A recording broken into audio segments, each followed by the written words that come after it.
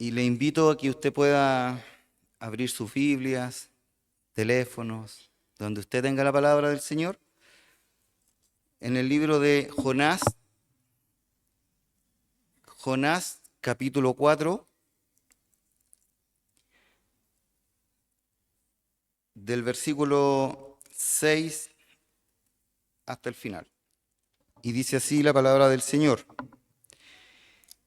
Dice, y preparó Jehová Dios una calabacera, la cual creció sobre Jonás para que hiciese sombra sobre su cabeza, y se librase de su malestar. Y Jonás se alegró grandemente por la calabacera.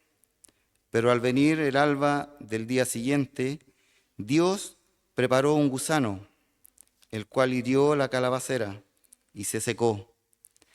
Y aconteció que al salir el sol, preparó Dios un recio viento solano, y el sol hirió a Jonás en la cabeza, y se desmayaba, y deseaba la muerte, diciendo, mejor sería para mí la muerte que la vida. Entonces dijo Dios a Jonás, ¿tanto te enojas por la calabacera?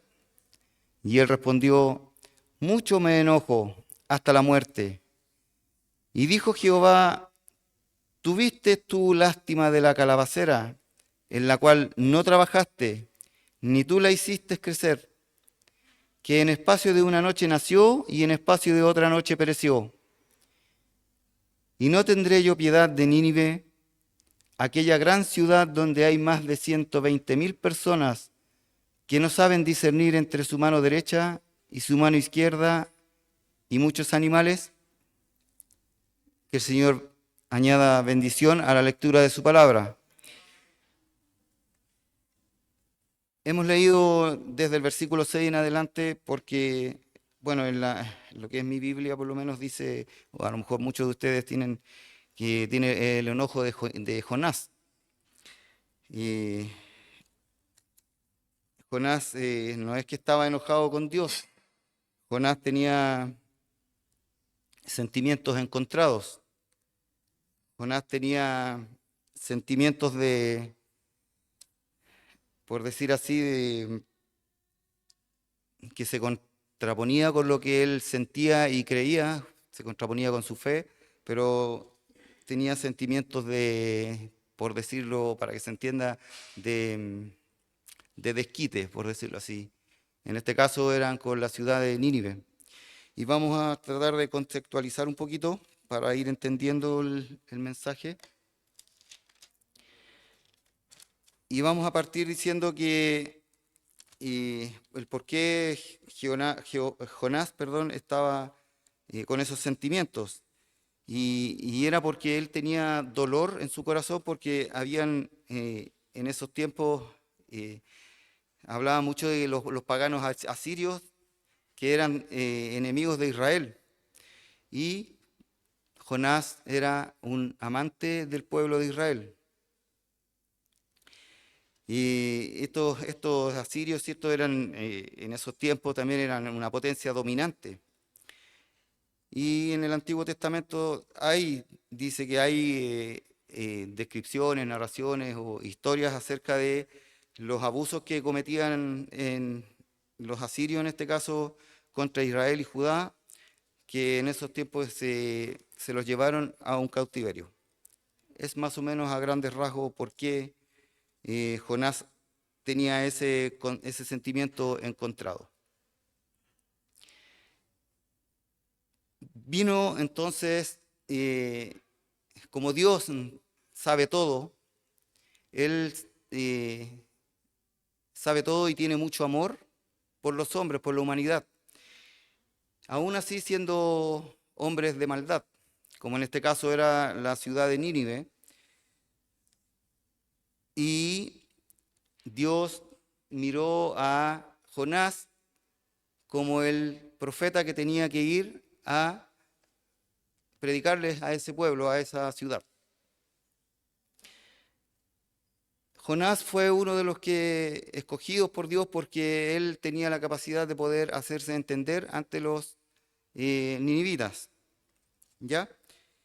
Pero esto tiene una historia, pues tiene caminar, tiene eh, un recorrido, por decir así. Bien, gracias hermano. Un recorrido, ¿cierto? Y es aquí donde el Señor desde el capítulo 1 le dice o le da un mandamiento a Jonás y lo manda precisamente a Nínive a predicarles lo que él tenía que decir. Y lo voy a ir leyendo para que sea no invento mío y que sea la palabra la que hable. Vino palabra de Jehová a Jonás, hijo de Amitai, diciendo: levántate y ve a Nínive, aquella gran ciudad, y pregona contra ella, porque ha subido su maldad delante de mí. El Señor ya tenía en vista lo que estaba haciendo esa ciudad, ¿cierto?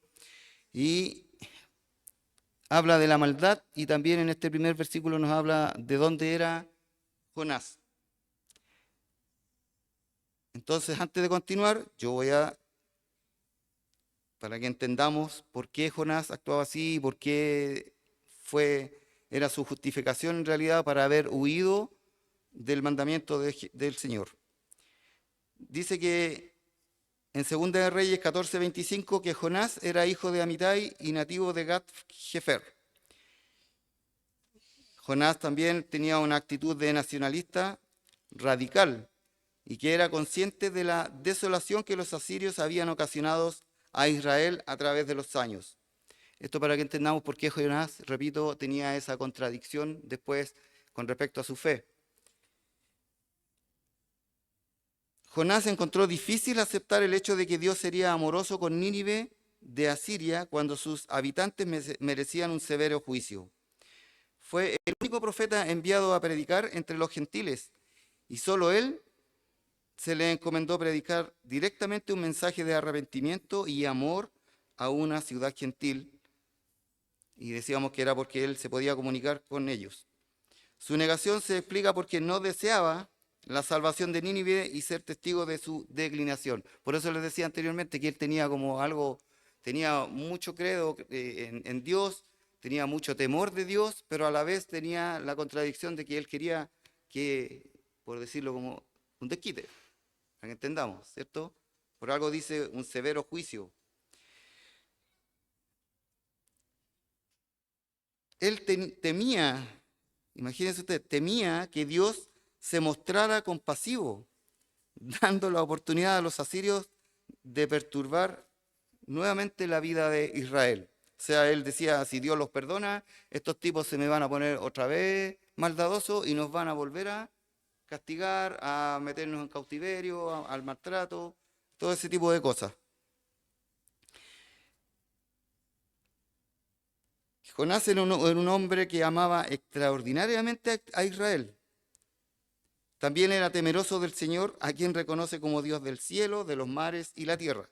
Pero fue inconsistente en la aplicación de su fe, es lo que recién les estaba hablando. Al no obedecer, al enojarse por ver el amor de Dios hacia esa ciudad de los ninivitas.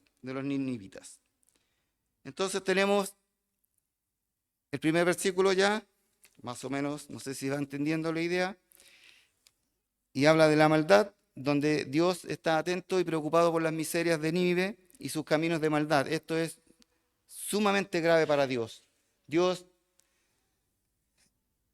los miraba la miseria de ese pueblo y él quería tener misericordia de ellos, porque como dijimos anteriormente, Dios tiene misericordia de todos los hombres, de toda la humanidad.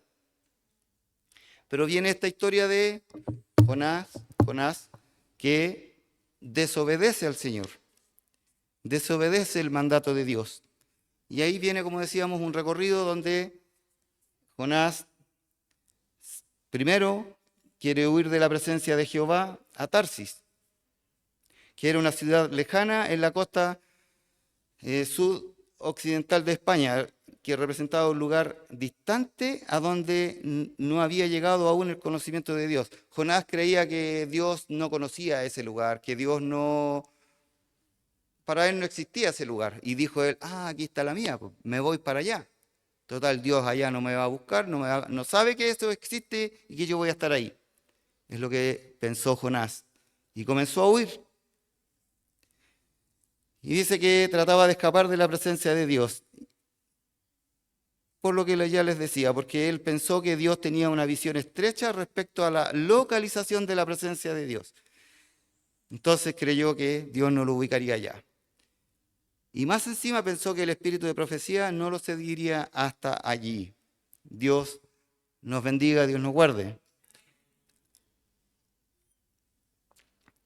Esto nos dice que Dios es omnipresente. Que aunque usted haga lo que haga, se esconda bajo tierra, Dios sabe que usted está ahí. Y cuando Él quiere o tiene un propósito para con nosotros, Dios hace lo imposible para que cumplamos el mandamiento que Él nos ha dado.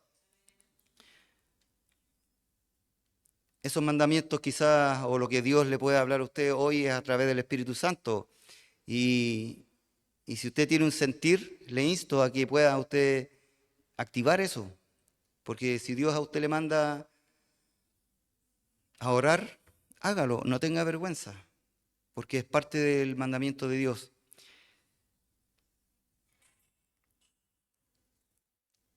Y viene, como decíamos, el recorrido y que se fue a Tarsis, él tomó entre comillas, empezaron las coincidencias. Note eso, entre comillas, las coincidencias, porque dice que el Señor levantó viento en el mar, porque ya Jonás había subido, ¿cierto?, a una embarcación, y él pensó que ya estaba listo. Pero Dios movió todo para que pueda Jonás a la larga cumplir con lo que le había mandado. Y ahí vino, ¿cierto?, el zarandeo en el mar de esa nave, de esa embarcación, perdón, y el Señor empezó a mandar vientos, turbulencias, y la gente que iba tripulando esa embarcación no sabían qué hacer, no sabían, se preguntaban qué pasaba, por qué nos está pasando esto, hasta creyeron que era un castigo. Y ellos habitualmente o comúnmente hacían, por decir así, pruebas o echaban suerte. Tenían sistemas. Acá la palabra dice que echaban dados y empezaban a ver por qué les sucedían las cosas. Y empezaron, como les decía, a pensar que era un castigo divino. Y como echaron suerte, vieron que, aparte que ya Jonás les había de antemano indicado por qué iba en la embarcación, porque iba huyendo del Señor, porque iba huyendo del mandamiento de Dios. Entonces ellos se quedaron con eso y cuando echaron suerte, dijeron, Jonás, él es el que, por culpa de él nos está pasando esto. Y empezaron ellos después a preguntarle a Jonás y le preguntaron de dónde era, por qué estaba arriba de la embarcación, por qué hizo lo que hizo, y se dieron cuenta que en el fondo el Señor estaba haciendo todo por culpa de Jonás. Bien, yo creo que más o menos se entiende la idea y empezamos de nuevo con una pequeña coincidencia que dice, Jehová tenía preparado un gran pez que tragase a Jonás, y estuvo Jonás en el vientre del pez 3 días y 3 noches. Esto nos preguntamos, ¿es coincidencia? Yo creo que no. Yo creo que no es coincidencia porque sabemos que Dios tiene el control de todo. Entonces, dice, mandó un gran pez, no mandó un submarino con GPS que dijera, ya, suba ahí a Jonás, llévelo y lo deja allá donde yo quiero que lo deje y listo. Mandó un pez. ¿Usted lo cree? ¿Usted cree como el Señor, Él es el que mueve todo? Pero más aún, podemos pensar, pero si se lo tragó un pez a Jonás, porque Ya a estas alturas los marineros lo habían tirado al agua porque ya no querían más zarandeo y al final rogaron a Dios que calmara las aguas. Entonces Jonás ya estaba en el agua, lo tomó un pez y ahí también creo que se produce un milagro, porque ¿quién sobrevive, qué hombre sobrevive dentro de una ballena o un pez? Y no hay explicación para eso. Entonces podemos pensar que sí es un milagro de Dios. ¿Pero por qué? Porque Dios quería o tenía su propósito con Jonás de que él fuera y predicara, que él diera el mensaje que tenía para la ciudad de Nínive. Entonces viene que ya después, una vez dentro del pez, Jonás ora al Señor, le pide que se lo lleve y que tú, Señor, como dice en el versículo 2 del capítulo 2, dice, invoqué en mi angustia a Jehová y él me oyó, desde el seno del Seol clamé y mi voz oíste. Me echaste a lo profundo en el medio de los mares y me rodeó la corriente, todas sus ondas y tus olas pasaron sobre mí. O sea, él vivió remesones, vivió todo lo que vive un pez dentro de todas esas corrientes. Entonces él lo único que deseaba era morir, morir. Pero le clamó al Señor, se dio cuenta que él había cometido un error. Y le estaba clamando al Señor y Dios en su misericordia, ¿qué pasó después de 3 días? El pez lo botó.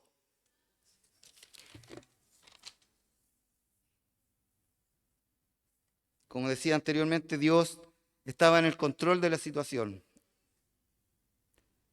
El pez hizo lo que se le dijo y es un milagro porque no sabemos cómo Jonás sobrevivió dentro del pez 72 horas o 3 días, 3 días, 3 noches. Entonces, ¿qué tenemos en esto? Tenemos que, primero, la desobediencia de Jonás, la testarudez de Jonás, porque él dijo, no, pues yo no le voy a hacer caso al Señor. Voy a ir a donde yo quiera, no a donde Él me esté mandando. Porque no tengo ganas de hablar con ese pueblo que ha maltratado a mi pueblo, a Israel. Bendito sea el nombre del Señor. Dijimos que Dios también está en todo lugar. Porque Jonás, por más que quiso desprenderse de él, el Señor utilizó un pez y cumplió su propósito. Al final Jonás llegó de todas maneras a Nínive. Y lo importante de todo esto es que el Señor, por lo que hemos leído a través de la palabra, tuvo misericordia y tuvo piedad. Y es lo que Jonás no quería que el Señor tuviera. Si por eso es todo este embrollo, porque él dijo, no, yo no obedezco, me voy y no quiero que Dios tenga misericordia de estas personas, de este pueblo. Y viene nuevamente palabra de Jehová a Jonás, y donde sí ya Jonás obedece, va a Nínive, predica y dice que, textual, vino palabra de Jehová por segunda vez a Jonás diciendo, levántate y ve a Nínive, aquella gran ciudad, y proclama en ella el mensaje que yo te diré. Y comenzó Jonás a entrar por la ciudad camino de un día y predicaba diciendo, de aquí a 40 días Nínive será destruida. Y los hombres de Nínive creyeron a Dios. Y empezaron a proclamar ayuno, se vistieron de cilicio desde mayor hasta el menor de ellos. Luego el rey también da un mandato de que todos no coman, y un mandato general, hombres y animales, que no beban agua, sino que se cubran de silicio hombres y animales. Y aquí viene el por qué Dios tiene tanto amor para con los hombres, pero no con todos, porque no todos tienen la capacidad de arrepentirse. Y este rey dice, y clamen a Dios fuertemente y conviértanse cada uno de su mal camino, de la rapiña que hay en sus manos. ¿Quién sabe si volverá y se arrepentirá Dios y se apartará del ardor de su ira y no pereceremos? Y aquí viene lo que vio Dios, lo que hicieron, que se convirtieron de su mal camino y se arrepintió del mal que había dicho que les haría y ¿lo hizo? No lo hizo. Dios tenga misericordia, porque no para todos es la piedad del Señor, sí para el que se arrepiente de los pecados y de la maldad. En la actualidad hay muchos que caen por delitos a las cárceles y muchos sabemos que buscan el Evangelio dentro de las cárceles, muchos por conveniencia para que la hoja de vida no se les siga manchando, pero otros porque realmente se han arrepentido de corazón de los pecados y las maldades que han cometido. Y ellos gozan de la piedad, de la misericordia del Señor, porque ellos se han arrepentido y se han convertido realmente de corazón. Que el Señor nos bendiga, el Señor nos guarde. Jonás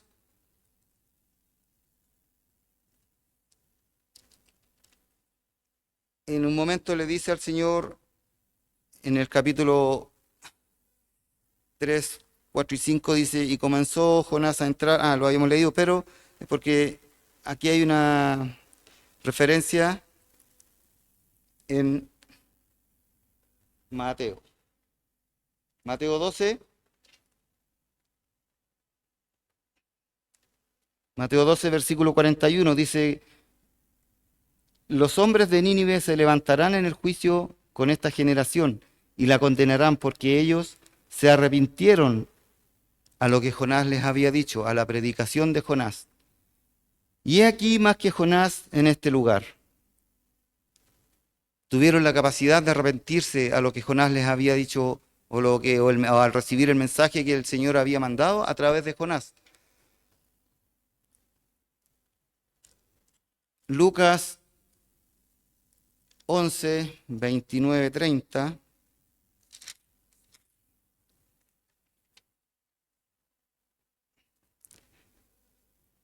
Habla acerca de que las generaciones malvadas o perversas, ¿cierto?, demandan señal. Y dice que esta generación es mala, demanda señal, pero señal no le será dada sino la señal de Jonás. Porque así como Jonás fue señal a los ninivitas, también lo será el Hijo del Hombre a esta generación. Que el Señor nos bendiga, el Señor nos guarde. En el pasado, las señales también eran para los hombres, pero también son para nosotros en esta hora. ¿A través de quién? De Jesucristo. Nosotros seguimos escudriñando la palabra, seguimos aprendiendo de ella y dentro de ella hay señales, señales para nosotros que las podamos entender. Dios tenga misericordia. Tenemos también después en el versículo 4, solamente en el capítulo 4, versículo 2,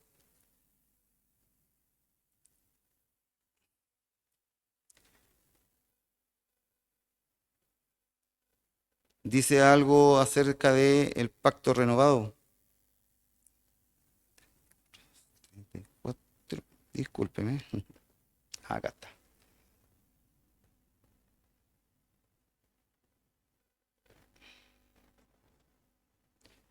Perdón. 4.2, sí, está bien. Dice,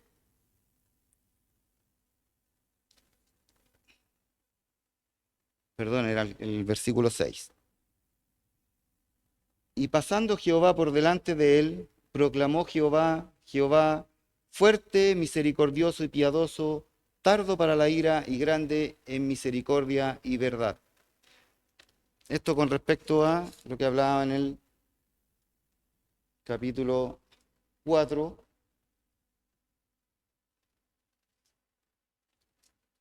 Se me pierde un poquito la hoja, pero va a llegar. Cuando le dice,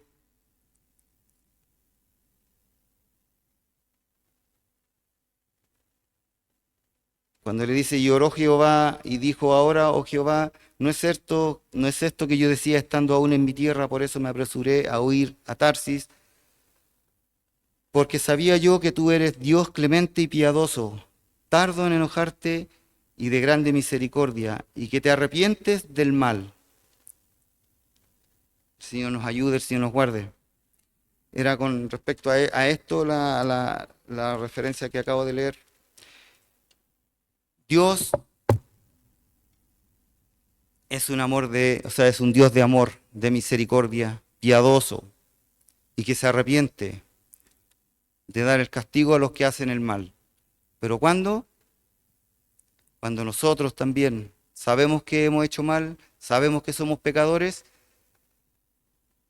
y nos arrepentimos y nos convertimos de corazón al Señor, Él tiene misericordia y en vez de darnos una consecuencia, que no lo quiero llamar castigo, una consecuencia de nuestros errores, el Señor nos bendice, el Señor está con nosotros, el Señor camina con nosotros, el Señor nos ayuda.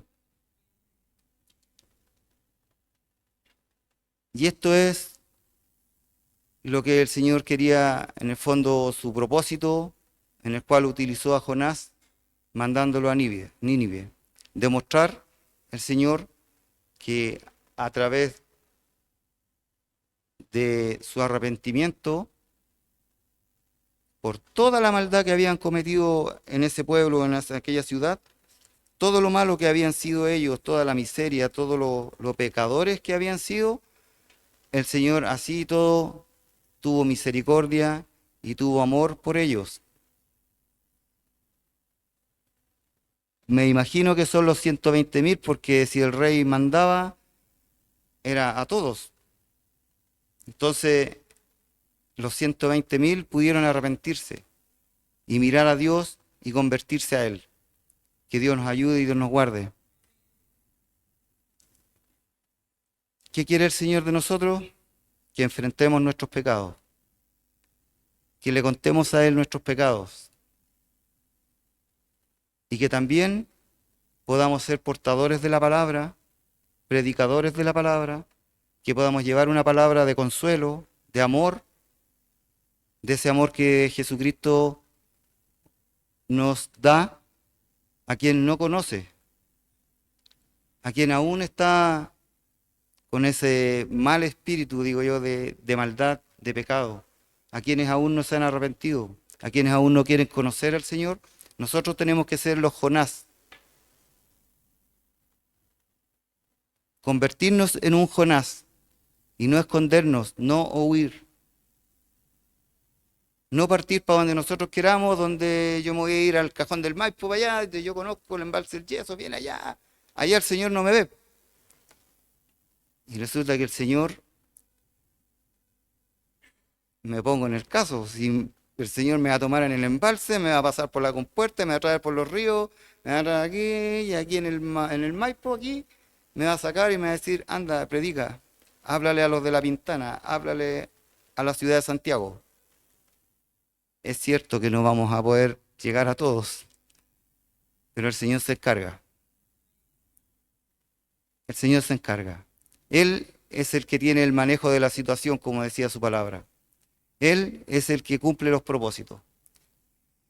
Y para Él sea toda la gloria, toda la honra y todo nuestro respeto. El Señor le bendiga, el Señor le guarde y le invito a que se levante y podamos dar gracias por la palabra.